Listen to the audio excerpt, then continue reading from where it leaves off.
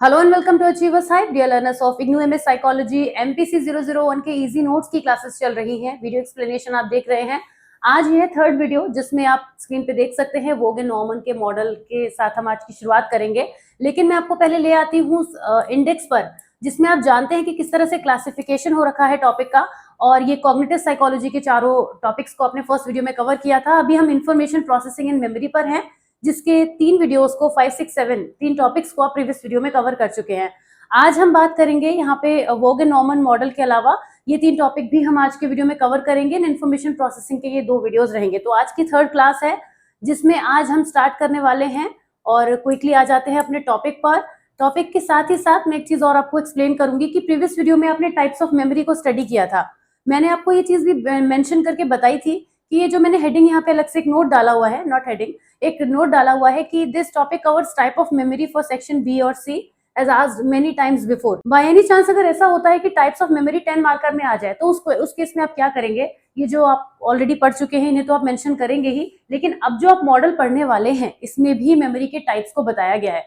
तो आप जब एक्सप्लेन करेंगे 10 मार्कर के लिए तो इस पार्ट को भी इंक्लूड करेंगे। यही वजह है कि मैंने इसको यहाँ बीच में डाला था, जिससे कि मैं वीडियो में एक्सप्लेन करते वक्त ये दोनों बार के लिए बता सकूं, दोनों टॉपिक के लिए बता सकूं।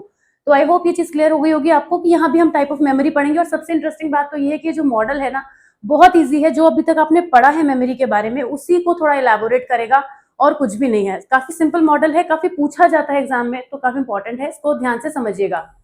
Wagon Norman model of memory was introduced in 1965 as an early cognitive model. ये भी जो आप एटकिंसन का मॉडल पढ़ के आए हैं उसी की तरह ये भी एक मॉडल है। ये 1965 में इंट्रोड्यूस हुआ था और एक अर्ली कॉग्निटिव मॉडल है जो कि ये बताता है कि इंफॉर्मेशन प्रोसेस कैसे होती है, यानी ये भी इंफॉर्मेशन प्रोसेसिंग का एक मॉडल है। और ये भी बताता है कि वो जो इन्फॉर्मेशन है वो ह्यूमन मेमोरी सिस्टम में सेव कैसे होती है जाके। ये जो मॉडल है वो एटकिंसन और रिचर्ड शिफ्रिन के मॉडल के साथ ही आया था, लगभग थोड़ा बाद ही आया था। तो इसी वजह से जो इसकी 2 टाइप की मेमोरी है वो काफी क्लोज है। जो आप पढ़ के आए हैं शॉर्ट टर्म मेमोरी और लॉन्ग टर्म मेमोरी, उसी के फॉर्म में प्राइमरी और सेकेंडरी मेमोरी को आप पढ़ेंगे respectively, right. Their model was inspired by earlier work including William James distinction between short term and long term memory, जिसको हम प्राइमरी और सेकेंडरी मेमोरी भी कहते हैं। ओके, आइए इस पिक्चर से पहले समझेंगे। ये पिक्चर आपको काफी सिमिलर लगेगी जो अभी तक आपने देखी है, क्योंकि वहां पर भी हमने जो चीज देखी थी एक स्टिमुलस था जो हमारे एनवायरनमेंट में एग्जिस्ट करता था। यानी एनवायरनमेंट में कोई चीज होती थी और उसको देखकर वहां से हमारे सेंसरी इनपुट से इंफॉर्मेशन हम तक पहुंचती थी, राइट। अब आप देख रहे हैं कि वो सेंसरी इनपुट वाली चीज यहाँ मिसिंग है, तो वो कोलैबोरेट हो जाती है, वो यहाँ से कंबाइन हो जाती है प्राइमरी मेमोरी के साथ, जिसको हम शॉर्ट टर्म मेमोरी भी कहते हैं। तो प्राइमरी मेमोरी जो है उसमें दोनों ही चीजें आ जाती हैं, यानी हमारे सेंसरी इंफॉर्मेशन भी यहाँ से होती है, क्योंकि इंफॉर्मेशन तो हम सेंसेस से ही रिसीव करेंगे हर हाल में, वो यहाँ पे क्लब हो जाती है। फिर आप देख रहे हैं कि यहाँ पे फॉरगेटिंग का प्रोसेस भी हो रहा है, बिल्कुल वैसे ही जैसे उसमें होता था। रिहर्स करने पर ये मेमोरी सेकेंडरी मेमोरी में कन्वर्ट हो रही है, यानी शॉर्ट टर्म जो है वो लॉन्ग टर्म में कन्वर्ट हो रही है। तो मॉडल पूरी की तरीके से वही है, बस इन्होंने नाम उसको दूसरे दे दिए थे अपने हिसाब से। ये जो मॉडल है इसमें प्राइमरी और सेकेंडरी मेमोरी को आपको डिफाइन करना है और कुछ भी नहीं करना है। जैसे वहां पे आपको 3 टाइप की मेमोरी डिफाइन करनी थी, वैसे यहाँ पे 2 टाइप की मेमोरी डिफाइन करनी है। तो काफी ज्यादा सिंपल है अगर मैं बोलूँ तो। Primary memory refers to the information currently held in the mind what we are actively thinking about. Primary memory वो है जो हमारे कॉन्शियस में है। जैसे शॉर्ट टर्म होती है, आसपास की बातें होती हैं, प्रेजेंट की चीजें होती है जिन्हें हम बता पाते हैं, तो उसी तरीके से प्राइमरी मेमोरी होती है। ये मेमोरी शॉर्ट लिव्ड होती है, थोड़े टाइम के लिए ही रहती है and holds a small amount of information. Exactly जैसे आपने अभी तक पढ़ा है, इसीलिए इसको शॉर्ट टर्म मेमोरी से एसोसिएट किया गया है। For example, if someone tells your phone number and you repeat it to yourself just long enough to dial it, this number is in your primary memory. वही जो short term में थी ना, मैंने शायद मोबाइल नंबर का example भी दिया था, खैर वो मैंने चंक समझाने के लिए दिया था लास्ट वीडियो में। If you get distracted before dialing you may forget the number because it was not transferred to secondary memory. अगर आप उसको रिपीट नहीं करते रहेंगे तो वो आपके माइंड में नहीं रहेगा, लेकिन अगर आपने इसको ध्यान रखा तो रिहर्सल की वजह से वो लॉन्ग में कन्वर्ट हो जाएगा। Primary memory is important for task that need immediate attention and responses. जो तुरंत के तुरंत हमें काम करना होता है उसमें हमें प्राइमरी मेमोरी की जरूरत होती है, और ये फेड भी हो जाती है अगर इसका रिहर्सल ना किया जाए तो ये फेड हो जाती है। सेकेंडरी मेमोरी वही है जो लॉन्ग टर्म मेमोरी है, ये उस इंफॉर्मेशन को रेफर करती है जो हमारे माइंड में लॉन्ग टाइम के लिए स्टोर हो गई है और जिसको हम जरूरत पड़ने पर रिकॉल भी कर पाए। This is similar to what we call long-term memory. It includes everything we have learned and remembered over time, such as facts, experience and skills. बहुत सारी चीजें हम लॉन्ग पीरियड के लिए अपने माइंड में सेव करते हैं, वो सब कुछ हमारे यहाँ पे सेकेंडरी मेमोरी में आ जाता है। Information moves from primary to secondary memory through rehearsal और रिपीटेशन। वही बात है, पहले भी पढ़ी है आपने। जब हम किसी भी इंफॉर्मेशन को रिपीट करेंगे तो क्या होगी, ये सेकेंडरी मेमोरी में पहुंच जाएगी, जरूरत पड़ने पर हम इसे रिट्रीव करेंगे। यहाँ पे रिहर्सल प्रोसेस जो है वो काफी मैटर करता है, हालांकि उसमें भी करता है, ऐसा नहीं है, लेकिन आप यहाँ पे मेंशन करेंगे क्योंकि वोगन नॉर्मन ने इस पर थोड़ा ज्यादा जोर दिया है। वो ये कहते हैं कि अगर रिहर्सल ना हो तो इन्फॉर्मेशन का मूवमेंट भी नहीं हो पाएगा, इन्फॉर्मेशन अपनी जगह पर रुकी रहेगी। इस तरीके की वो बात कहते हैं कि लॉन्गर इन्फॉर्मेशन प्राइमरी मेमोरी में रहती है, the better chance it has of entering secondary memory. यानी जितना ज्यादा प्राइमरी मेमोरी जो है वो रिहर्स होगी, जितना ज्यादा रोटेशन लेगी, उतना ज्यादा उसके चांसेस है कि वो सेकेंडरी में कन्वर्ट हो जाएगी। और वो इनकी रिसर्च ये भी कहती है कि फॉरगेटिंग नाम की भी एक चीज होती है, यानी इन्फॉर्मेशन डिके हो जाती है, नहीं रहती है, लॉस्ट हो जाती है अगर उसको प्राइमरी मेमोरी से सेकेंडरी में पुश ना किया जाए। इसको हम डिस्प्लेसमेंट भी कहते हैं। For example, if you are trying to remember a list of words and someone adds a new word, you may forget the earlier one. तो डिस्प्लेसमेंट की वजह से भी मेमोरी लॉस हो सकता है। जब दूसरी तरफ हमारा ध्यान जाता है तो पहली चीज हम भूल जाते हैं, नेचुरल है ये। तो इसी को ये कहते हैं कि ये डिस्प्लेसमेंट कहलाता है। डिस्प्लेसमेंट वही है जो आप तक आज तक पढ़ के आए हैं। तो वोगन नॉर्मन का model is a simple but important theory in cognitive psychology. ये बताती है कि वही जो हमारे प्राइमरी मेमोरी है और सेकेंडरी मेमोरी है और जो रिहर्सल है वो कैसे इंफॉर्मेशन को प्रोसेस होने में हेल्प करते हैं। क्योंकि जब ये क्लास शुरू हुआ था तब मैंने आपको बोला था कि इंफॉर्मेशन प्रोसेसिंग की एक थ्योरी है। तो यानी ये बताती है कि कैसे मेमोरी इंफॉर्मेशन प्रोसेस होकर मेमोरी में जाके सेव होती है। तो वही चीजें बात करती है कि अगर रिहर्सल ना हो तो प्राइमरी से सेकेंडरी में मूवमेंट नहीं होगा। राइट, सिंपल बात है लेकिन बात काफी वैलिड है। आ जाते हैं प्रोसेस ऑफ इंफॉर्मेशन प्रोसेसिंग के। अब इस टॉपिक को जब हम पढ़ेंगे ना तो आपको लगेगा कि हाँ यही तो होता है, ऐसी तो चीजें होती हैं। मतलब हमें जनरली ये समझना है कि कोई भी काम होता कैसे है। ये इंफॉर्मेशन प्रोसेसिंग हैवी वर्ड लग रहा होगा अगर आपको, तो आप ऐसे सोचिए कि किसी भी टास्क को आप करते हैं तो वो टास्क की शुरुआत कहाँ से होती है और एंड कहाँ पर होता है, कैसे चीजें होती हैं, हम कितना इन्वॉल्व होते हैं, हमारे सेंसरी ऑर्गन्स कितना इन्वॉल्व होते हैं। इन्हीं चीजों को एक सीरीज में लिखते चले जाना है। और अब आप देखिए यहाँ पे वो चीज आपको रिलेटेबल लगेगी। The process of information processing explain how human cognition operates like a system that receives, transforms, store and retrieve information. इसका सबसे अच्छा एग्जाम्पल हम लेंगे जो हम सारे ही स्टेप में फॉलो करेंगे आपकी स्टडीज का। बहुत सिंपल है, यानी जब आप कुछ पढ़ते हैं तो यानी आपका माइंड वहां पे कॉग्निटिव एक्शन शुरू हो जाते हैं। अब पढ़ाई तो हमने ले ली, काफी क्लोजली लिंक हो जाती है कॉग्निटिव एक्शन से रिलेट करने में। अदरवाइज हम कोई भी काम करें, ऐसा कोई काम ही नहीं है जिसे करने में हमें कोई दिमाग ना लगाना पड़े। ये अलग बात है कि जब हम उसके हैबिचुअल हो जाते हैं तो हम उसको बहुत ही नॉर्मली करने लगते हैं, हैबिट की तरह करने लगते हैं। जैसे साइकिलिंग हो गई, आप बाइक चला रहे हैं या फिर कोई और ऐसा टास्क जो आप रेगुलर बेसिस पे करते हैं। लेकिन आप ये सोचिए कि जब आपने शुरुआत में उसको किया था तब आपने बहुत अटेंशन पे किया होगा। तो आप या तो किसी भी टास्क की बिगिनिंग में चले जाइए जब आपने बहुत अटेंशन पे करके उसको बहुत दिमाग लगा के किया होगा, हैबिचुअल वाले पार्ट पे मत रहिए। या फिर अपनी पढ़ाई का एग्जाम्पल ले लीजिए, क्योंकि हर नई चीज को आप समझते हैं ना तो बहुत ध्यान देते हैं, जैसे आप इस वीडियो में ध्यान दे रहे हैं। तो प्रोसेस ऑफ इंफॉर्मेशन जब होता है तो ह्यूमन कॉग्निशन की ये बात करता है कि कैसे रिसीविंग से लेके और रिट्रीविंग तक, यानी रिसीव करने से लेके इंफॉर्मेशन को उसके रिट्रीव करने तक चीजें होती कैसे हैं। This model helps us understand mental functions such as learning, memory, perception and decision making. ये जो इंफॉर्मेशन प्रोसेसिंग का भी जो प्रोसेस है, यानी जो उसके स्टेप्स हैं, वो भी एक तरीके का मॉडल है, यानी वो भी एक सिस्टम है। भाई वो सिस्टम है, क्योंकि बिना सिस्टम के हम कैसे बता सकते हैं कि चीजें चलेंगी। जब मैंने आपसे कहा कि हम अभी ये बात करेंगे कि हमने शुरुआत कहाँ से की और एंड कहाँ पे करा, तो एक साइकिल की मैंने बात करी, एक प्रोसेस की मैंने बात करी, एक सिस्टम की बात करी। तो वही सिस्टम है जो हमें हेल्प करता है समझाने में कि मेंटल फंक्शनिंग एक्चुअली होती कैसे है। चलिए एग्जाम्पल को माइंड में रखिएगा और शुरुआत करते हैं। पहला है रिसेप्शन ऑफ इनपुट। आपने अपना चैनल ऑन किया, फोन ऑन किया मोबाइल में या जहाँ भी, और अचीवर साइट को आपने ओपन किया और आपने कहा चलो आज टॉपिक पढ़ना शुरू करते हैं, कॉग्निटिव साइकोलॉजी से इजी नोट्स की शुरुआत हो रही है। ये है रिसेप्शन ऑफ इनपुट। यहाँ पे आपके सेंसेशन और परसेप्शन वो फर्स्ट स्टेज को क्रिएट करेंगे जिसमें आपका जो माइंड है इस चीज पे फोकस करेगा कि करना क्या है। राइट, ये तो आप इंटेंशनली कर रहे हैं। ऐसा भी तो हो सकता है कि आप कुछ और स्क्रॉल कर रहे हो और एक वीडियो आ जाए इजी नोट्स का, आपको पता चले कि अरे एग्जाम भी आने वाले हैं, चलो पढ़ लेते हैं। तो दो टू वे किसी भी तरीके से चीज हो, इन्फॉर्मेशन आप तक पहुंच रही है।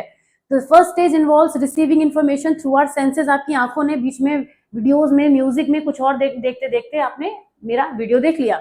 सच as vision, hearing, touch, taste, smell, कोई भी आपका सेंसरी ऑर्गन हो सकता है। This sensory input is briefly held in sensory memory. If attention is directed towards the sensory input, it passes into more active processing stages, otherwise it fades quickly.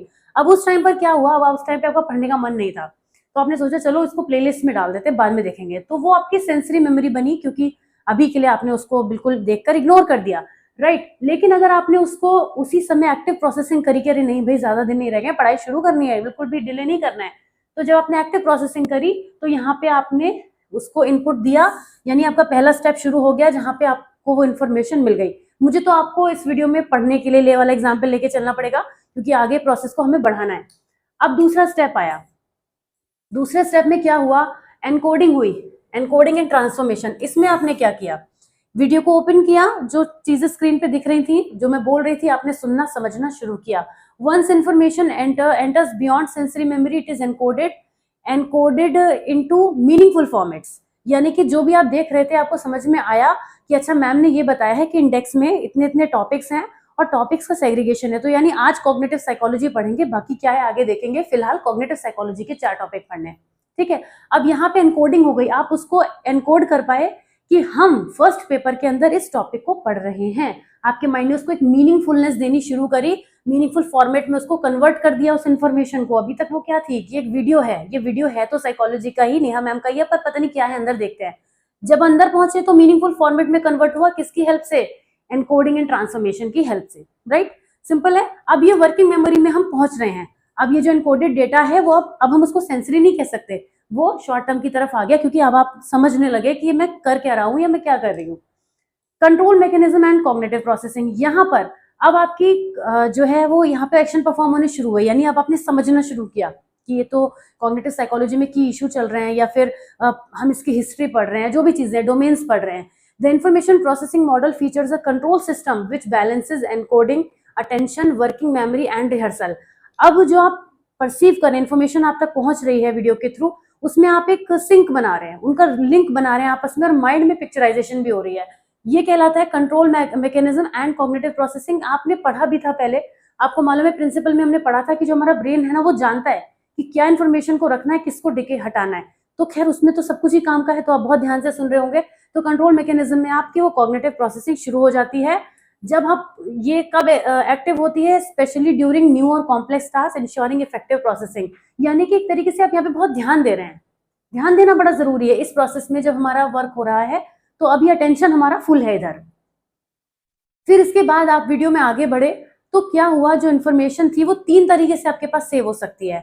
ये यहाँ पे storage किस किस form में होगी इसकी अभी हम बात कर रहे हैं। ये हमारे प्रोसेसिंग के अंदर एक ऑटोमेटिक पार्ट है, पर किसी भी फॉर्म में हो सकती है, इसलिए हमने तीनों लिखी है। ये मत सोचिएगा कि तीनों के बारे में यहाँ बात क्यों हो रही है, इसलिए हो रही है क्योंकि हमें नहीं पता, नहीं पता कि आप उस प्रोसेस को कितना लंबा लेकर जाएंगे। क्या पता आप 10 मिनट का वीडियो है, 2 मिनट देखने के बाद स्विच कर दे, कुछ और करने लगे, आप उसको सेंसरी मेमोरी में ही कन्वर्ट करके चले जाएं, छोड़ दे। क्या पता आप उसको लॉन्ग तक लेकर जाएं।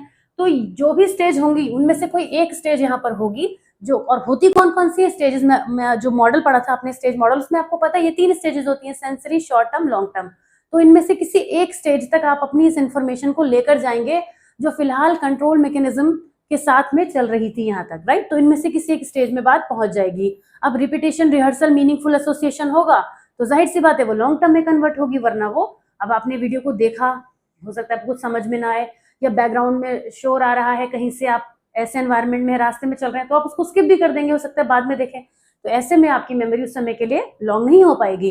तो जो भी जिस भी स्टेज में पहुंचेगी, इनमें से ही किसी एक स्टेज में पहुंचेगी। लेकिन इंफॉर्मेशन जिस भी स्थिति में होगी, जिस भी स्टेज में होगी, या तो उसका रिट्रीवल होगा या यूटिलाइजेशन आप करेंगे। अगर आपने लॉन्ग टर्म में पहुंचा लिया तो तब तो खास तौर से आप उसको रिट्रीव करने की कोशिश करेंगे, कब, जब एग्जाम आएंगे, या जब आप नोट्स बनाएंगे अपने, या फिर जब इन्हीं नोट्स से आप पढ़ने बैठेंगे। तो रिट्रीवल और यूटिलाइजेशन इस बात पर डिपेंड करेगा कि प्रीवियसली स्टेज कहाँ तक थी, जो केवल तुरंत फेड आउट हो गई सेंसरी के फॉर्म में, उसको थोड़ी ना रिट्रीव कर पाएंगे आप। तो ये आप अंडरस्टूड है कि किस तरीके से हम उसको रिट्रीव कर सकते हैं या फिर यूज कर सकते हैं। उसके बाद आता है feedback and interaction. Often the output creates a response in the environment generating new input. This constitutes a feedback loop enabling continuous processing. For example, if you answer a question correctly, that positive outcome reinforces your learning processes. Right? Feedback की help से हम चीजों को बदलते हैं। अच्छा, हमारा outlook भी बदल जाता है चीजों के टुवर्ड। जैसे कई बार ऐसा होता है कि हम किसी चीज के बारे में ऐसी कोई वेग इन्फॉर्मेशन रखते हैं और हमें कोई वीडियो मिल जाता है, कोई इन्फॉर्मेशन मिल जाती है उसके बारे में। तो अब जब हम उस चीज को दोबारा देखते हैं तो हमारा परसेप्शन उसके टुवर्ड्स बदल जाता है। तो ये किस वजह से होता है? क्योंकि हमने एक इन्फॉर्मेशन को रिसीव किया, प्रोसेस किया, उसके बाद जब हमने उसको रिट्रीव किया, एनवायरमेंट में वापस दोबारा में देखा, तो हमारा जो है वो थॉट प्रोसेस दूसरे तरीके से वर्क करेगा। पहले कैसे कर रहा था और अब कैसे कर रहा था, इसमें फर्क किस वजह से आया? वो जो बीच में प्रोसेसिंग हुई, इसीलिए कहते हैं इन्फॉर्मेशन प्रोसेसिंग इंपॉर्टेंट है। Interaction of new and stored information, ये वाली बात भी है कि बॉटम अप प्रोसेसिंग हो सकता है, टू टॉप डाउन प्रोसेसिंग हो सकता है। अगर आप किसी पर्सन को, अभी मैं एक मीम भी देख रही थी, बड़ा वो पता नहीं कहाँ से मुझे आपको ये बताते हुए याद आ गया कि जैसे एक स्टूडेंट है, किसी बच्चे को लगता है कि 5 स्क्वायर माइनस 4 स्क्वायर, तो वो क्या करेगा, 25 माइनस 16 करके आपको आंसर दे देगा। एक बहुत ही फनी सा मैंने मीम देखा था, तो मुझे माइंड में भी एग्जाम्पल तुरंत यही आ गया अभी। तो वो ऐसे करके माइनस कर देगा। अच्छा, जो बच्चा वो फॉर्मूला जानता है कि ए स्क्वायर माइनस बी स्क्वायर का फॉर्मूला होता है ए माइनस बी ए प्लस बी, तो वो ये भी तो कर सकता है इसी में 5 माइनस 4, 5 प्लस 4 और उसकी मल्टीप्लाई कर सकता है। अब स्मॉलर नंबर का एग्जाम्पल दे रही हूँ क्योंकि मैथ्स नहीं पढ़ा रही हूँ मैं आपको, पर बिगर नंबर होगा तो कोई हो सकता है, जैसे 99 स्क्वायर माइनस 3 स्क्वायर है, तो कोई 99 का स्क्वायर पूरा निकालेगा, जनरली यही करेगा कोई।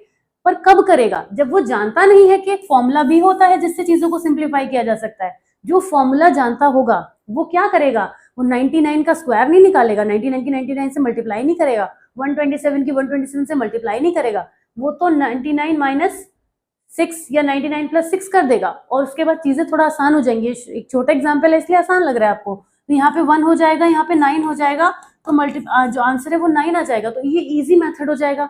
पर ये होगा कब? मैं क्यों इसकी बात यहाँ पे कर रही हूँ, और मैंने जो बोला कि मैंने मीम देखा था वो बहुत ही इंटरेस्टिंग था, वहां पे बार बार ब्रैकेट खोलने के बाद भी वो मल्टीप्लाई किया जा रहा था। तो खैर उस चीज को हटा देती हूँ। मैंने इस एग्जाम्पल का यहाँ पे जिक्र इसलिए किया क्योंकि जब हमारे पास कोई न्यू इन्फॉर्मेशन होती है, राइट, तो हम प्रीवियस नॉलेज का यूज करते हैं। जो मैंने आपको बॉटम अप प्रोसेसिंग और टॉप डाउन प्रोसेसिंग बताई थी वो यही बताई थी।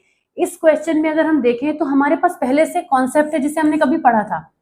अब इस कॉन्सेप्ट का यूज करके जब हम अपने आंसर की तरफ पहुंच रहे हैं तो ये कहलाएगी टॉप डाउन। टॉप यानी ऑलरेडी कुछ है हमारे पास, हम जानते हैं, पर हम उससे समराइज करते हुए नीचे तक आ रहे हैं, राइट। तो उसको हम क्या बोलते हैं? Top down processing. यानी कोई एग्जिस्टिंग मेमोरी हमारे पास है जिसकी हेल्प से हम नया काम कर रहे हैं। सिमिलर भी हो सकता है या फिर डिफरेंट और भी अलग एग्जांपल्स में अलग भी हो सकता है। मैथ्स के एग्जांपल में तो ऐसे ही होगा फिलहाल। तो अब आपने देखा ना कि ये क्या था, ये टॉप डाउन प्रोसेसिंग कब हुई? जब हमने एनवायरमेंट से इन्फॉर्मेशन रिसीव की, जब टीचर ने क्लास में फॉर्मूला पढ़ाया तो हमने ध्यान दिया, बेसिकली ऐसे भी कह सकते हैं। पता नहीं, मैं मैथ्स के काफी एग्जाम्पल देती हूँ, मुझे अच्छे भी लगते हैं। तो ये हो गई बात। अब इस मॉडल में आपने समझ लिया, प्रोसेस आपने देख लिया कि कहाँ से हमने शुरुआत करी और कैसे हमने एंड किया। लास्ट में हम न्यू और स्टोर्ड इन्फॉर्मेशन का यूज भी कर सकते हैं। थोड़ा सा अगर आपको ये स्केरी लग रहा हो तो मैं इसे डिलीट कर देती हूँ, नहीं तो आगे बढ़ते हैं विदाउट एनी डिले। अब हमारा नेक्स्ट टॉपिक है लेवल्स ऑफ प्रोसेसिंग मॉडल। एक और मॉडल है आपके सामने, क्रैकन लॉकहार्ट का, काफी पूछा गया है। देखिए, इंफॉर्मेशन प्रोसेसिंग मॉडल एक एग्जाम में आना ही आना है, सेक्शन ए में, सेक्शन बी में। आप बिल्कुल माइंड अपना रेडी करके जाइए कि तीनों में से कोई भी मॉडल आ सकता है और सभी इजी हैं। आप खुद ही बताइए, कुछ भी आपको डिफिकल्ट लग रहा है? नहीं लग रहा होगा। वैसे मैं क्वेश्चन भी पूछ लेती हूँ और आंसर भी खुद ही दे देती हूँ, है ना। तो क्रैकन लॉकहार्ट का जो मॉडल है, आइए इसकी बात करते हैं। इसको एलओपी मॉडल भी कहते हैं। एग्जाम में सिर्फ इतना भी लिखा हो सकता है, एलओपी मॉडल। अब आप जो बच्चे पढ़ के नहीं जाते हैं, मीन जो लास्ट मिनट में पढ़ते हैं, उन्हें पता नहीं होता वो एलओपी मॉडल है, पता नहीं कौन सा एलओपी मॉडल है, ऐसा हम छोड़ा है। छोड़ना नहीं है, ये वही मॉडल है जिसमें हम बात करते हैं कि जो इन्फॉर्मेशन प्रोसेस होती है वो किस किस लेवल पे होती है। बहुत ही सिंपल कॉन्सेप्ट है इस मॉडल का भी, आप ये समझिएगा। अभी तक हमने स्टोरेज के टाइप समझे, मेमोरी के टाइप समझे। इस मॉडल में प्रोसेसिंग के लेवल की बात करेंगे और दो जो हमारे लेवल हैं जिन पे ज्यादा फोकस किया जाता है, एक है शैलो मॉडल, शैलो लेवल, और है डीप लेवल। लेकिन इसके अलावा एक इंटरमीडिएट लेवल की बात भी होती है जो इनके बीच में होता है, पर मेजर जो फोकस है वो शैलो और डीप पर है। मतलब शैलो मतलब ऊपरी ऊपरी तौर पर, डीप मतलब गहराई तक। तो यही है, अगर हिंदी में भी इसको ट्रांसलेट करें, मतलब ऑलरेडी मैं हिंदी में पढ़ा रही हूँ, लेकिन इसको, इस वर्ड को अगर मीनिंग को इंग्लिश में, हिंदी में ट्रांसलेट करें तो यही मतलब निकल के आता है। तो जब ऊपरी ऊपरी तौर पर होती है इन्फॉर्मेशन प्रोसेस तो वो शैलो लेवल होता है, जब गहराई तक होती है तो वो डीप होता है। लेकिन कब होता है शैलो और डीप, आइए इसको समझते हैं। इनका जो आइडिया है ना, ये बहुत ही बढ़िया है। इसके बारे में मैं क्या बोलूं, ये जो इन्होंने मेंशन किया है, देखिए, their main idea is the deeper the level of processing the stronger and longer lasting, sorry, and longer lasting the memory. ठीक है, यानी कि जितना लेवल ऑफ प्रोसेसिंग में जितना स्ट्रॉन्गर होगी, कब स्ट्रॉन्गर होगी, जितना डीपर होगी, यानी ये भी मानते हैं कि डीप लेवल इज बेटर। इसके अजम्पशंस क्या हैं, वही है शैलो प्रोसेसिंग और डीप प्रोसेसिंग को ये डिफाइन करेंगे। अभी कैसे डिफाइन करेंगे देखिए कि क्रैकन लॉकहार्ट ये कहते हैं memory is a result of depth of processing. जो भी चीजें आप जितना गहराई से समझेंगे उतनी ज्यादा देर रुकेगी। ये इसी कॉन्सेप्ट पे बनी है कि अगर आप किसी भी टॉपिक को ध्यान से समझते हैं, एग्जाम्पल्स की हेल्प से पढ़ते हैं, बहुत गहराई तक उसमें जाते हैं, तो आपको नॉलेज अच्छी होती है। तो ये क्रैकन लॉकहार्ट ने जो कहा ये तो आपने भी प्रैक्टिकली अप्लाई किया हुआ है, आप भी इस बात को एक्सपीरियंस से जानते हैं। तो ये यही कहते हैं कि the model proposes a continuum of processing ranging from shallow to deep levels। वो ये कहते हैं कि एक फेज से चलते हुए दूसरे फेज की तरफ, दूसरे लेवल की तरफ जो है वो मेमोरी की प्रोसेसिंग होती है। Shallow processing involve surface level features, यानी ऊपरी तौर पर चीजों को करना। जैसे बच्चों को जब टेबल्स रटाए ही जाते हैं टू बी ऑनेस्ट, तो वो किस तरह से लर्न करते हैं, 2 1s are 2, 2 2s are 4, इस तरीके से टेबल को लर्न करते हैं। पर उनको ये शायद उस समय पे कॉन्सेप्ट इतना अच्छे से नहीं पता होता है कि नंबर का रिपीटेशन है, number of times the number is added to itself, वही टेबल बन रहा है। तो वो जो ऊपरी तौर पर वो बस रट्टाफिकेशन कर रहे होते हैं, वो शैलो प्रोसेसिंग का एग्जाम्पल है। किसी शेप को रिकॉग्नाइज करना, राइमिंग वर्ड्स में पोएम को रट लेना, जितना भी वो वाला पार्ट है वो सब शैलो प्रोसेसिंग में आता है। पर ये वीक मेमोरी को ट्रेस करता है, क्योंकि आप किसी चीज को रट रहे हैं तो आप कैसे कितना लंबे टाइम तक स्टोर कर पाएंगे, लॉन्गर तो नहीं कर पाएंगे। वो लॉन्गर कब होगी, जब उसकी डीप प्रोसेसिंग होगी, जिसमें हम कहते हैं कि सिमेंटिक प्रोसेसिंग होती है। Understand the meaning of the information, अगर किसी चीज का मतलब जान लिया, उसको गहराई से समझ लिया, तो उसको समझना आसान हो जाता है, जिसकी वजह से स्ट्रॉन्गर और मोर ड्यूरेबल मेमोरीज डेवलप होती हैं। अब वो क्रैकन लॉकहार्ट जो है उन्होंने 3 लेवल बताए हैं प्रोसेसिंग के, जिसमें 2 पर ही मेजर फोकस होता है, लेकिन इंटरमीडिएट भी इंपॉर्टेंट होती है। पहला जो है उसे हम कहते हैं स्ट्रक्चरल प्रोसेसिंग। स्ट्रक्चरल प्रोसेसिंग का मतलब हो गया कि शैलो लेवल। ये किस पे फोकस करता है कि इंफॉर्मेशन दिखती कैसी है, राइट। पहला फोकस ये होता है कि कोई चीज नजर आए, और इंपॉर्टेंस इसकी भी है, अगर आपको कुछ दिखाया ही ना जाए, सिर्फ समझाना शुरू कर दिया जाए उसके बारे में, डायरेक्ट डीपर बड़ी बड़ी बातें करनी शुरू कर दी जाए, तो क्या आपको बात समझ में आएगी।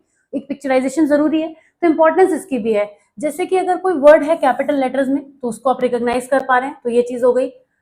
ये जो यहाँ से जो मेमोरी बनती है वो क्विकली फेड होती है, लेकिन इसी मेमोरी को हमें आगे लेके चलेंगे, लॉन्गर करेंगे। कैसे?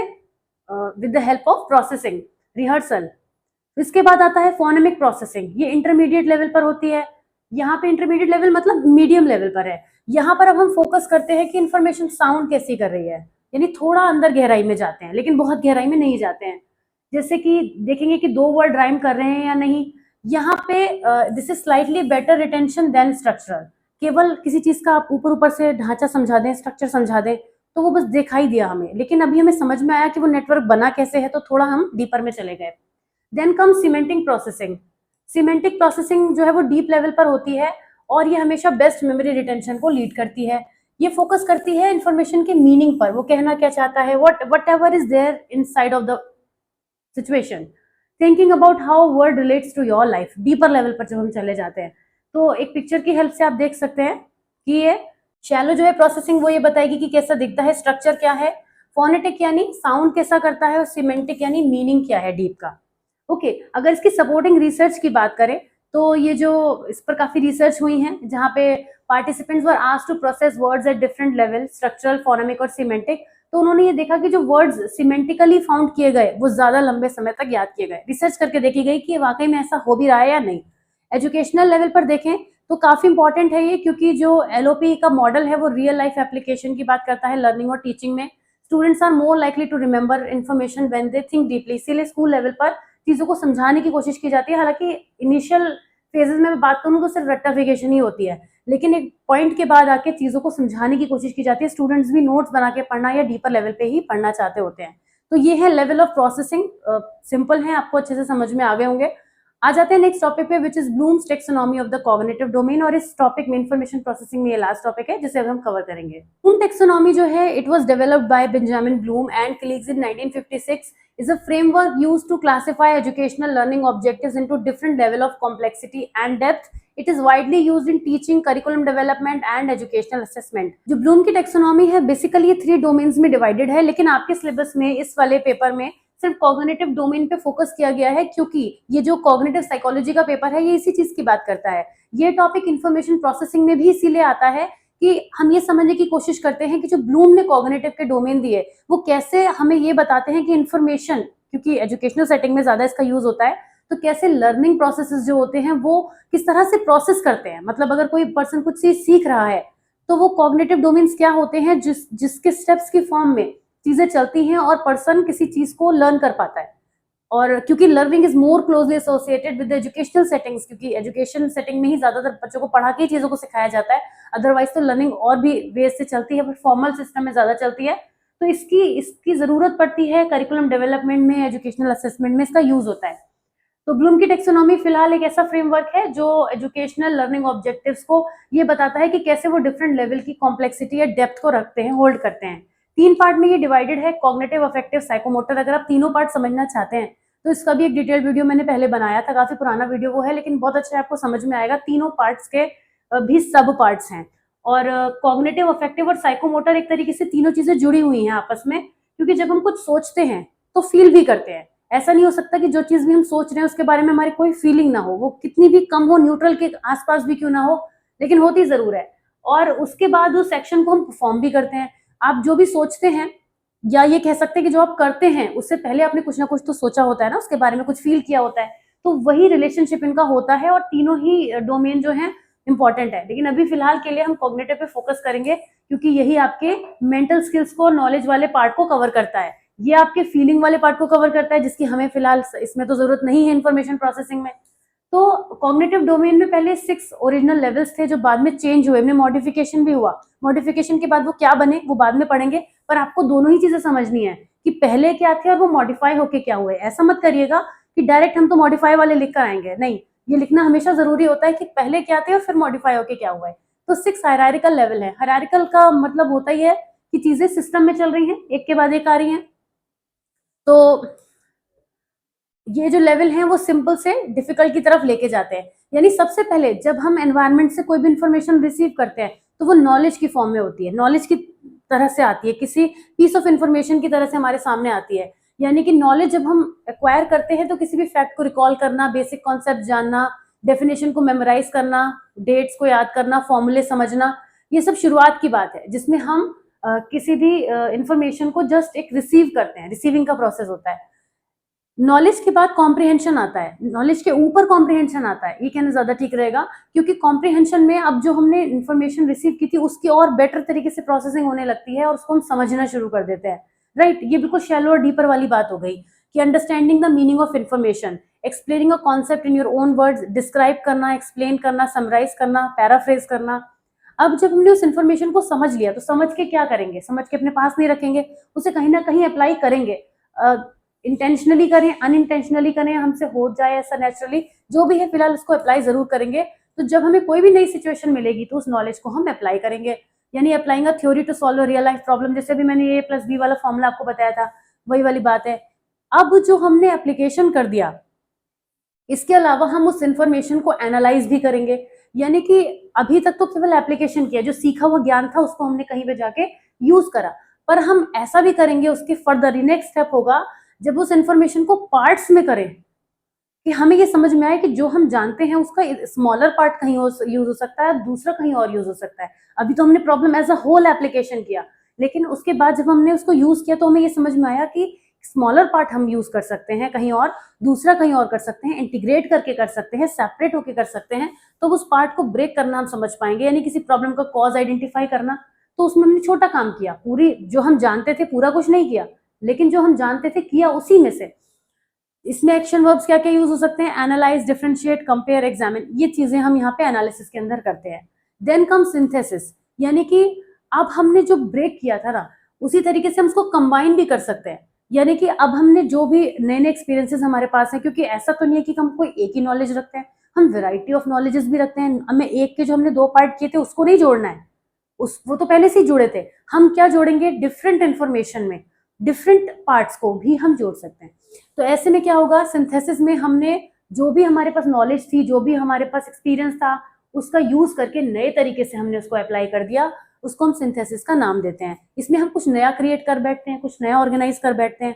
अब इसके अलावा हम इवैल्यूएशन भी करते हैं, making judgement based on criteria and standard. इस लेवल तक हम तब पहुंचते हैं जब हमें इन्फॉर्मेशन बहुत अच्छे से प्रोसेस हो जाती है, बहुत उसमें हम एक्सपर्टीज हासिल कर लेते हैं। भाई इवैल्यूएटर कौन होते हैं, आप खुद ही सोचिए। आपकी कॉपी को चेक करने वाले वो होते हैं जो सब कुछ उसमें से जानते होते हैं, तभी तो वो इवैल्यूएशन कर सकते हैं। हर कोई तो हर किसी का इवैल्यूएशन नहीं कर सकता। तो इवैल्यूएशन के लिए इसका मतलब हो गया कि बहुत डीपर लेवल पर जाके चीजें उन्हें पहले से पता होंगी।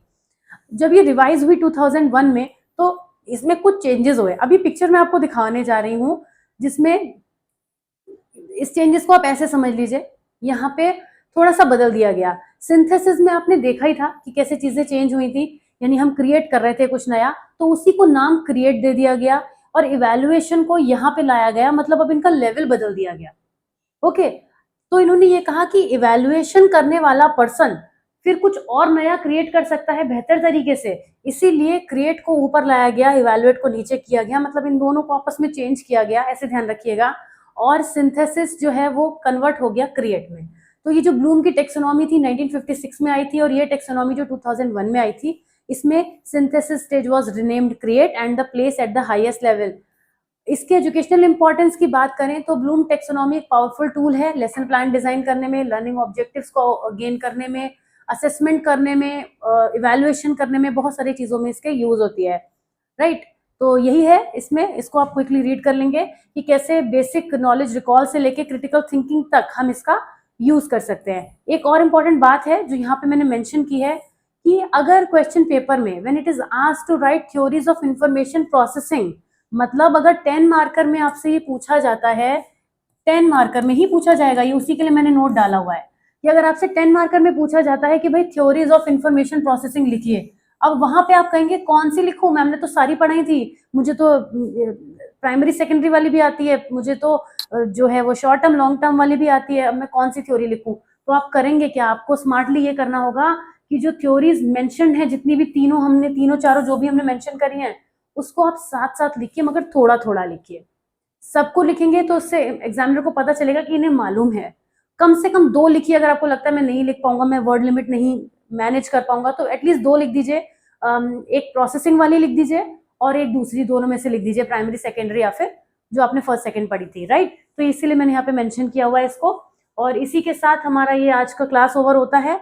अब आ जाते हैं नेक्स्ट टॉपिक की तरफ, जो डोंट वरी नेक्स्ट में ही कराऊंगी। सिर्फ दिखा देती हूँ आपको कि आप पढ़ेंगे क्या नेक्स्ट क्लास में।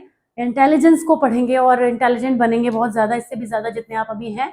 चलिए मिलूंगी आपसे नेक्स्ट क्लास में। कैसा लगा आज का वीडियो जरूर बताइएगा, कमेंट्स में जरूर ड्रॉप कीजिएगा कि कैसा लग रहा है, कैसी आपकी प्रिपरेशन चल रही है। मिलती हूँ नेक्स्ट वीडियो में। चैनल को अगर सब्सक्राइब नहीं किया है तो जरूर कर लीजिएगा। Take care of yourself, bye bye.